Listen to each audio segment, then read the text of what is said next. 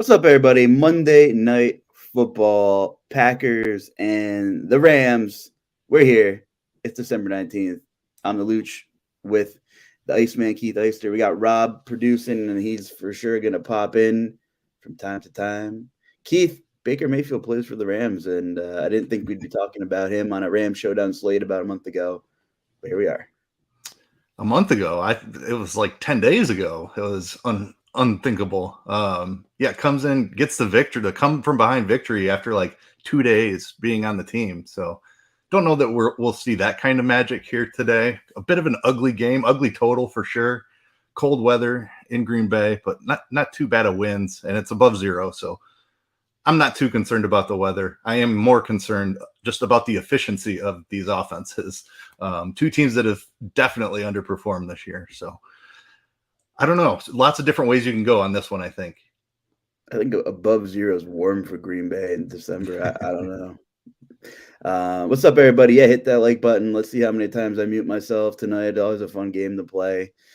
And we'll dive right into it after I talk about scores and odds very briefly, because if you're not on scores and odds and you're into sports betting, you're missing out. All of us over there, most of us on RG are out there putting bets in on scores and odds. Parlay IQ is awesome. It's free. It's available for NFL and NBA. If you like game simulations, it runs thousands of game simulations for every NFL and NBA game. And based on whatever you add to your bet slip, it will correlate each and every next leg that you add. It's pretty crazy stuff. It's elite stuff. I love what we have on it, scores and odds. Big Hurt loves the virtual background where a bunch of us at RotoGrinders live together, and I'm working on my piano lessons. This should be a fun one, Keith. I mean, all I got to say is thank God for sports gambling and fantasy sports, or I would have no interest watching this football game tonight. Yeah, it's really hard to see how the Rams are going to score in this one. Green Bay has struggled all season long, so maybe the bye week helped them. They are getting a little bit healthier. They're getting Dobbs back. I don't know how often Watson, Lazard, and Dobbs have been on the field together this year, but it doesn't feel like it's been very much. Yeah, I saw the Green Bay beat writer saying that they've played less than 10% of the Packers snaps together. So that makes sense, yeah. We'll go position by position here and talk about some of that. I don't know when we'll be back on the air together. So happy holidays, and we're almost in 2023. So whatever you guys are out there celebrating, Merry Christmas, Happy Hanukkah, etc. I grew up a confused child with a family with a bunch of different religions. So we always, twisted a bulb on an electric menorah, and we also had a Christmas tree depending on what house I was at. So speaking of famous Jewish people, I have a Larry David Latte Larry's hoodie on. So if I have any Curb fans in there, I gotta love Larry David. And I feel like I walk in his shoes sometimes with the things that happen to me. But anyway, let's dive into it. Aaron Rodgers, Baker Mayfield. How interested are you in either quarterback, and why, Keith? Yeah, this one's tough to figure out. Like I mentioned, very low total, some cold weather. The Rams' rushing defense has actually been really good, though. So I have a fair amount of interest in Rodgers. Talked about him getting a few extra weapons back for this one. Just the ownership number I'm seeing on that looks pretty enticing to me. I'm concerned about the other side of this game. The Packers have an outstanding pass defense. The Rams have not been able to run the ball all year, so that's why it's hard to find a path for the Rams putting up big points in this one. So it's Rodgers over Mayfield if I'm going with a quarterback. I think quarterback captain ownership has adjusted to the point where they're now playable again. For a long time, people jammed quarterbacks into captain, and they were always over-owned. The field has pretty much adjusted to that, I think. So a lot of people know that the wide receivers, the running backs, can often be better plays, especially on DraftKings. So Rodgers on DK, I like that ownership number. I could see him throwing for 2 or 3 touchdowns in this spot, and those being like the only touchdowns in the game. Yeah, no, I can't disagree. And you have two offenses that have been struggling and banged up. There could be a lot of volatility here. I don't know. We can take some questions as we go. I like Joven jumping in here. Real quick. I think that like the main thing that you just said that shows what this slate is you said, if I'm going with a quarterback. And that means like if I'm going with either quarterback, and most slates on Showdown, you're going with at least one, right? And you're saying that there's a potential lineup that you're building that you're fading both quarterbacks. So that's what we're dealing with tonight. Yeah, ugly. I mean, is there some large field path where you play a pass catcher without his quarterback? Like, it's a tough pill to swallow, but we have seen some winners, even though it makes me want to puke that way. Yeah, I mean, I think you can kind of throw the correlation stuff out a little bit on showdown and single game slates. I still generally include the quarterback if I'm captaining a wide receiver, but I think you could definitely get away with it. Like you said, there may only be 2 touchdowns in this game. We have a total of 39.5. So real low total here. Yeah. Rodgers has not really lit anybody up. If you listen to Food for Thought, Chief loves Aaron Rodgers. But really, I mean, this is a great matchup for Green Bay. The Rams are just decimated. Obviously, they're without a bunch of household names. Still kind of can't get over that they rallied and beat the Raiders, right? That's still kind of engraved in my brain. And well, if you barely sneak one out against the Raiders, you're typically, it's not very confidence boosting here. But I also can't stop thinking about Mac Jones getting stiff armed to the ground. Was that the craziest? Rob, jump back in here. Have you guys ever seen anything like that? Like, Mac Jones will forever be on a meme. Chandler Jones posters will be on young children's rooms with Mac Jones just eating the grass in Las Vegas. That was just stupid. From like a football IQ standpoint, that has got to be like a top 3 dumbest play of all time. Yeah, I don't even want to talk about it. I live 30 minutes away from Foxborough. This was, we had our run though. We had our 20-year run. So now we can deal with some dumb football, I suppose. But it was other than the butt fumble, because that's just funny. I don't know what was going on in that play. I was actually doing a live stream with Eric Beimfor when it happened.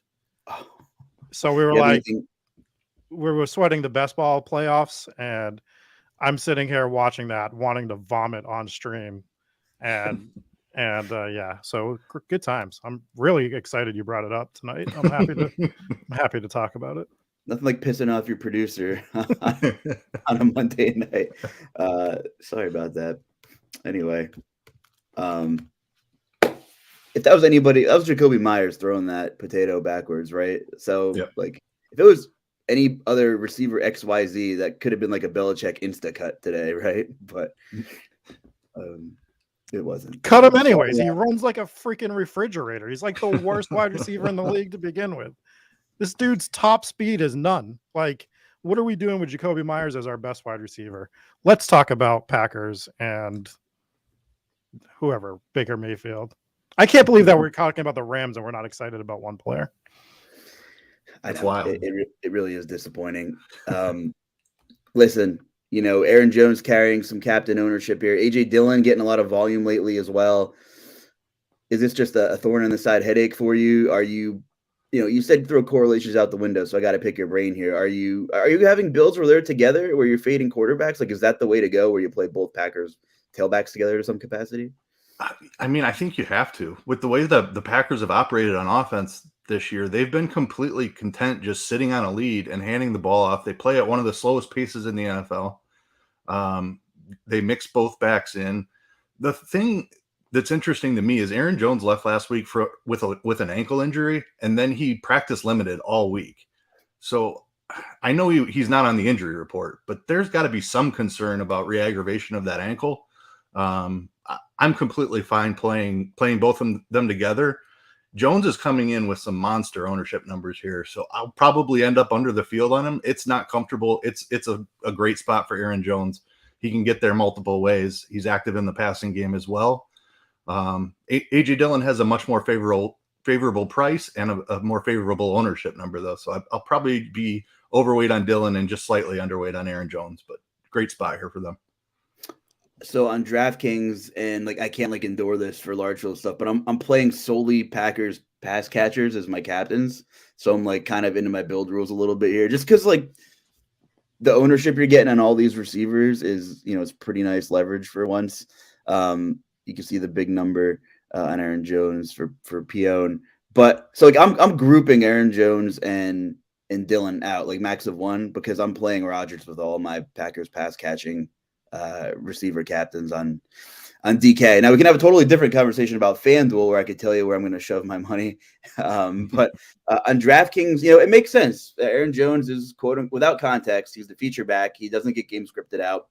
Not that I think that will be an issue tonight, but he's obviously heavily involved in the pass game as well. And the Rams defense is decimated. They're the fairly heavy favorite here, and you think the Packers would play with a lead. So I get why Aaron Jones is the comfortable, optimal captain here. So if you're playing small field stuff, does that injury scare you, or is he still your captain of choice, Aaron Jones? For an optimal lineup, like for cash games, I think I'd just go with the safety of Rodgers, just because of that lingering ankle issue. Aaron Jones is a fantastic play. I wouldn't try to talk anyone out of it. But yeah, it'd be between Rodgers and Aaron Jones. Probably, I lean slightly to Rodgers. Sammy Watkins got cut today, by the way. He did. Finally. So that's just something worth noting. And you know what? I think that endorses Dobbs. Like, if Dobbs' health was an issue, I don't think they'd cut him. They'd cut him next week, probably. Maybe I'm wrong. That's just my lean here. I could be wrong, but yeah, I mean, he wasn't playing much even when Dobbs was out. Like, Watson has definitely stepped up. Lazard was clearly ahead. Randall Cobb gets worked into 3 wide receiver sets, playing out of the slot. So I think those 3 guys were already ahead of him, and then they were getting Dobbs back additionally. So it's just like, what's the point? They needed the roster spot, and that makes sense. Sammy doesn't have much left. He's kind of proved that to us over the past couple of years. Everyone loves him every year in fantasy football. Since he got in the league, everyone has always reached for him, and it is what it is. So make a case for Cam Akers. He played less than 50% of the snaps, but he received every Rams carry except like 2. So, was he in the doghouse because he fumbled? Is that why Malcolm Brown saw the field? Maybe. Rob's giving me the head tilt behind the scenes here, like he wants to maybe chime in on this. So I don't think this game's going to be a blowout. So I think Cam Akers is not a bad play at captain. Somebody talk to me here. I can get on board with it for sure. You look at the snap share from last week, and it does not look pretty. I will note that he was looking like the primary back until he put the ball on the ground and lost a fumble. I think that's why Malcolm Brown saw 26% of the snaps last week. The problem is, if he is a guy that can get game scripted out. They've not shown any willingness to use him in the passing game. So to play Akers, you need this game to stay within 2 scores, I think. He certainly could score multiple touchdowns. The Green Bay defense is much weaker than their pass defense. So I talked about how do the Rams score points. I think their best path to that is on the ground. Cam Akers, I believe, will start the game at least as the lead back. He's definitely been benched multiple times this year for a various number of different things. So it's not a safe play. I love the ownership number we're seeing on him. He's overpriced for his role, which helps keep the ownership down. I'm on board with this take for sure. I think the Rams' easiest path to moving the football today is on the ground. I think it is too. Their line is just in shambles. They've shown nothing from the run game, but Green Bay's run defense has not been good either. So neither was Las Vegas's run D, but they were catching up there in the second half. So I don't have the numbers. I don't have the second half play log in front of me, but my best guess is Akers probably didn't get a ton of work in the fourth quarter.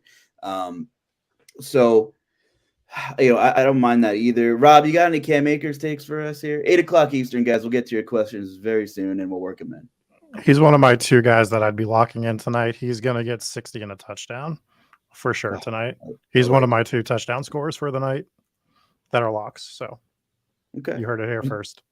Okay, I think we're going to get to the other one momentarily, which might be a little bit. I mean, the Rams are going to play him because they don't care about Cam Akers anymore, right? They don't care about this season anymore. Cam Akers is not going to be on the Rams next year, one way or another. He's definitely out of town, so you might as well just run him into the ground and showcase him, or whatever. Who cares? You're playing Baker Mayfield. That's what we're doing here for the Rams. So yeah, I think Cam Akers scores tonight in a low scoring game. I don't think Keith and I can argue with that take. I think there's just the widest range of outcomes ever for tonight with what I don't know. Am I if you're not going Aaron Jones and saying, all right, let's just chalk this one up. Outside of Aaron Jones and Aaron Rodgers, I'm willing to get ugly tonight. So I don't think Cam Akers is that ugly. Like, he's clearly, every time, this is it. Every time you think Cam Akers is the featured back, He's not, right? But so far so good there. We can move on to wide receiver here. Listen, I'm willing to get nauseous tonight and go overweight on Dobbs.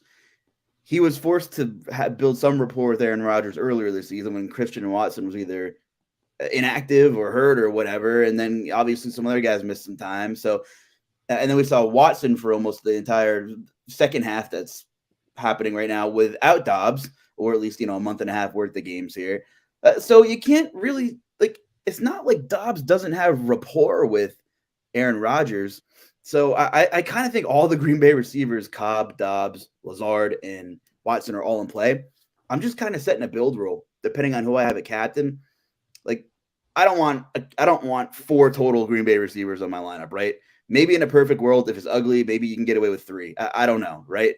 But I think they're all in play, and I think Rodgers is not the high volume pass attack. It never really was, but now it's just kind of efficient when he's able to be. So we've seen him just kind of lock on to specific matchups. We've seen Watson have multi-touchdown games. In the past, we've seen Robert Tonyan have multi-touchdown games. We've seen Dobbs have multi-touchdown games. Lazard, So I don't know. Rodgers might find a specific thing he saw on film and just keep going to it. So before we bring Rob on for tight end, talk to me about these Green Bay wide receivers, Keith. Yeah, I mean, you said Christian Watson. We've seen him score multiple touchdowns. He scores multiple touchdowns every week at this point. It's just insane what this guy has been doing. He has 8 touchdowns over the last 4 games or something like that. I want to say 3, 5, 7. Yeah, 8 touchdowns over the last 4 games. Just absolutely incredible stuff from this guy. I don't know that he continues to do that. That's obviously touchdown efficiency that he cannot continue to have, or he'll be the best touchdown scorer of all time. But that doesn't mean that he can't get in there at least once today. He's priced up. He's the highest owned of the bunch. I'll be underweight on him just because of that touchdown variance. I think he's clearly Green Bay's best wide receiver. I don't think there's any arguing that, but this is just the field's going to play him. Everybody loves him. They think that, he's clearly cemented himself as the number 1 over the past couple of weeks, it feels like. And the ownership is following there. I don't think he can continue to score 2 touchdowns a game. I'll be underweight that number. I kind of feel like the number between Watson and Lazard will be a little bit bigger than what we have projected here. Lazard is $1,200 cheaper, so it makes sense that he's getting played as well. I just feel like Watson is the comfortable click right now, and everyone is going to try to get up to him in this spot. I'll be overweight on Lazard, underweight on Watson.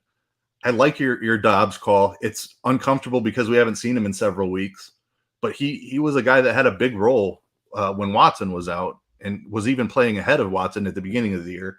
I don't expect that in this spot. Watson has clearly earned himself a role, but definitely interesting. He's probably overpriced for the amount he's going to see the field, but that ownership number looks really nice on Dobbs. And I think we could see him out there 50, 60% of the snaps. Yeah, I think that's fair. On the other side, Tutu Atwell has been coming on. He played 15 or 14% more of the snaps last week than he did in the previous week. Grant's on his 35.5 or prop total over, and I kind of like that call. I kind of like Tutu Atwell on the other side here. Finally becoming relevant and just a waste of a season for the Rams. Maybe that wouldn't have been the case without all these injuries and everything else, but I don't mind Atwell here. He has big play potential, and Mayfield's gone to him quite a bit. Again, we had a negative game script. He was forced to throw the ball out in the second half, but I think he's my favorite Rams receiver tonight. Yeah, the price is certainly extremely attractive. The ownership number is not. I think you could make an argument for a fade in large field tournaments, but the role has looked really good over the past couple of weeks. 9 targets last week. You mentioned the trailing game script, but we're kind of expecting that again today. So I like in games that the Rams have this close or leading. I love Cam Akers, but in the trailing game script, like you want your lineup to tell a story. Tutu Atwell makes a lot of sense at this price. The ownership number is the only thing that's keeping me off of just like jamming him in. I do think Skowronek is an interesting pivot. He is 800 more, but he's a guy that's seen big volume as well and playing a ton of snaps. He saw 8 targets last week. So I like the overweight stance on Skowronek. Atwell has certainly looked like he has a significant role. And both of these guys are much cheaper than Van Jefferson. And while Jefferson is playing more snaps than both of them, he is not earning as many targets. So if I was ranking them, just not considering ownership, it would be Atwell, Skowronek, Jefferson. But with ownership considered, I have Skowronek ahead of Atwell slightly. Rob, got any receiver takes? If not, take us into the tight end discussion here before we take some questions. I wanted to go Atwell as well. I'm shocked that he's at 22% ownership. Well, I'm not that shocked about it, but because he fits in. I feel like that's well. really light, though. I think he's going to be higher on than 22%. Yeah, when you think about it, he's probably going to be one of the chalkier plays on the slate. For sure. 9 targets last week. People see that type of volume. He has a salary that just kind of makes everything work. I mean, he's priced right next to the kickers. Mm-hmm. Yeah, so I mean, other than that, everyone likes Romeo Doubs. Christian Watson has been coming on. We undervalued him all year, but now he's completely blown up over the past month, and he's proved to be Aaron Rodgers' go-to guy, even though he drops every other pass, it feels like. You still got to play him on this slate. But what really matters tonight is tight end, because if you want the other touchdown lock of the night, Robert Tonyan is scoring for sure tonight. He is a lock to get a touchdown. So if you like to throw those first touchdown bets in, maybe throw one on Tonyan. It's got to be a decent payout for that.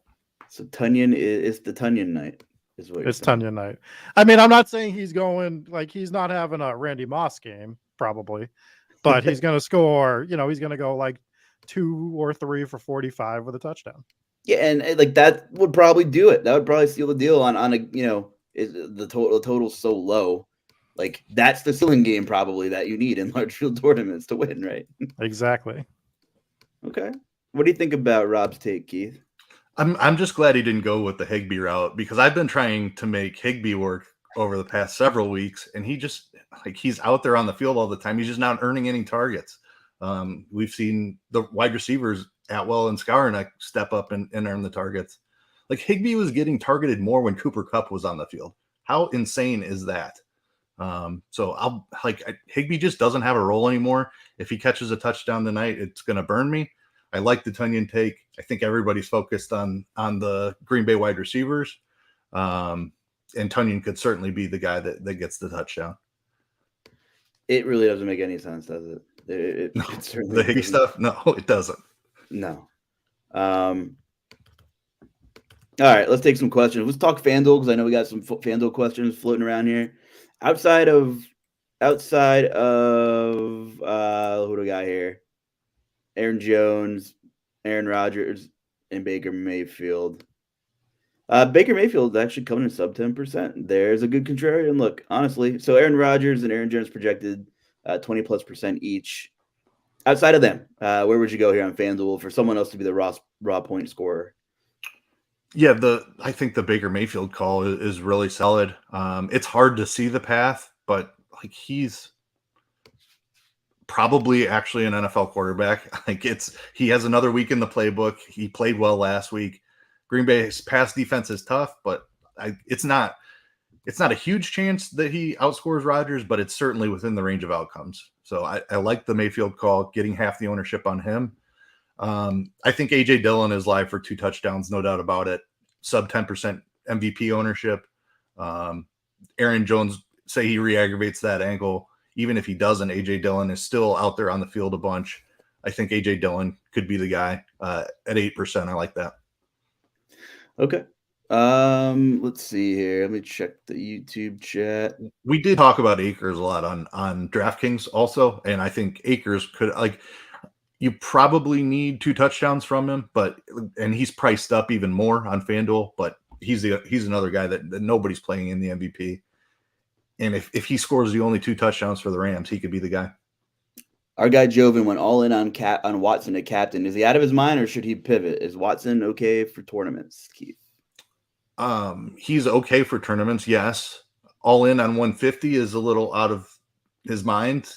If he has 4 or 5 lineups, I don't think it's insane. True. Anyone getting gross and playing a 5% Malcolm Brown, Matt says. Let me hear a Malcolm Brown take. Oh, no. Like, I could actually see him catching a couple of passes. I could see him scoring a touchdown. I'm hoping that his playing time last week was related to the Akers fumble. I'm more on the Akers side of this, and he doesn't see the field much, Malcolm Brown, in my opinion. Van Jefferson captain, Dan in the chat. What are you thinking about Van Jefferson? Someone who always flies under the radar. Yeah, he has big playability. We've seen big touchdowns out of him. It's just the price that's so tough for me. You've got Skowronek and Atwell, both significantly cheaper. You need a long touchdown, I think, but he could certainly get there. 8-11 guys, start locking him in. I need 13 plus. Keep Watson. It must be fantasy points. Would you keep Christian Watson or pivot to AJ Dillon? Jared says in the chat. I'm not sure what format, but I guess if I had to hold a gun to your head, straight up, like Christian Watson or AJ Dillon for DK scoring, Keith. Yeah, I mean, scoring format is a huge deal there. If we're talking FanDuel scoring half PPR, then Dillon's more in the conversation. If it's DraftKings, it's certainly Watson. It's one of my favorite things that people do is they jump in the chat. No offense, Jared, but you're like, I need 13 plus out of Watson. And then we tell him to take Dillon. And then he's like, well, this was a running back premium. They get 14 points per carry. And you told me to take the wide receiver. And you're just like, dude, I'm going off the limited information you gave me. So, yeah. Our guy Don Easy likes Malcolm Brown, so we see you, Don, and you can victory lap on Twitter. We'll let that happen. Stan likes the kickers. What's up, Stan? I mean, yeah, kickers I think are in both play. So Jared says FanDuel scoring Watson or Dillon. Okay, so run that back again, guys. Are we thinking Dillon with the touchdown equity here? It's much closer. I mean, Watson still projects slightly better. While it's even closer than I thought.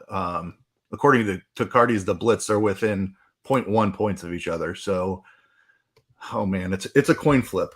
I think the touchdown equity, I say that, and Watson's the guy that has 8 touchdowns in the last 4 games, but Dillon probably has more touchdown equity.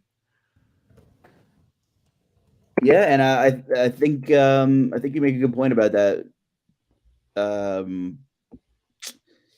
Aaron Jones' little dinged up injury that really is getting like not any play, and maybe he's fine. I don't know, but if if warrants AJ Dillon to maybe be in your pool a little more than you normally would.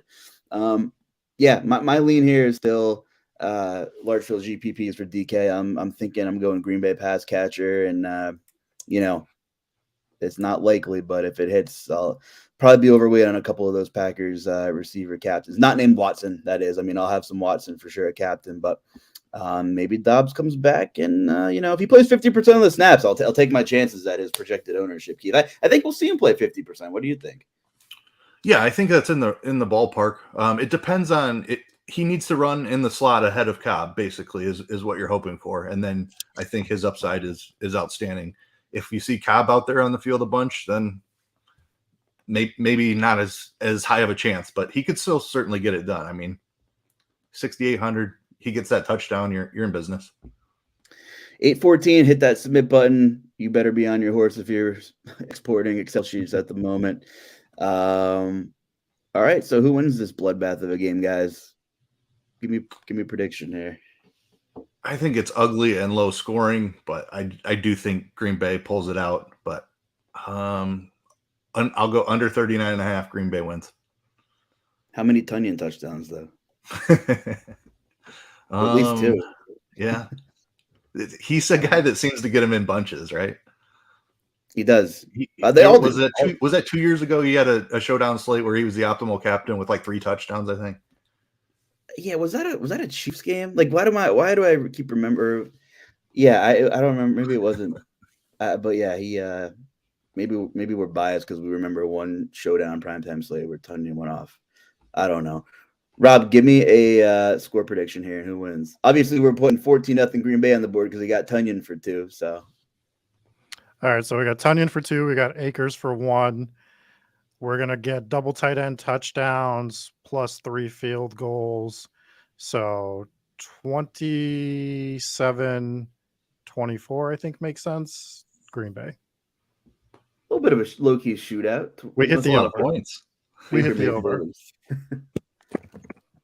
The Baker Mayfield effect here. So Yeah. I guess I don't think I have anything else for all of you guys in your season-long annual leagues. This is I'm sure some of you are desperate for something. You guys need anything tonight for season-long? Do you guys even play season-long anymore? Yeah, I'm in the top 100 in Scott Fishbowl, I think, right now, because I'm Wow. the greatest that's ever played the game. And I also have a bunch of best ball stuff because I work for Spike Week, which is part of RotoGrinders, and we do a lot of best ball stuff. So we're rooting for some Tunyon. We're rooting for some Aaron Jones. Other teams might not be rooting for Aaron Jones. The beauty of best ball. Yeah, my best ball teams did not look great. Russell Westbrook is out. We're getting some NBA fans in here. Keith, is that affecting? Look at that instant reaction from Keith says it all. I think you got to hit the Excel sheets, buddy. Yep, I sure do. I have a lot of adjusting to do. Oh no! All right. Well, we'll get out of here then. Thank you all for tuning in. We appreciate it. Good luck tonight, no matter what sport you're playing. But thanks for kicking it with Rob, Keith, and myself. So change those Russell Westbrook lineups and root for Robert Tunyon. For Rob, Keith, I'm Justin. See you later. Good luck.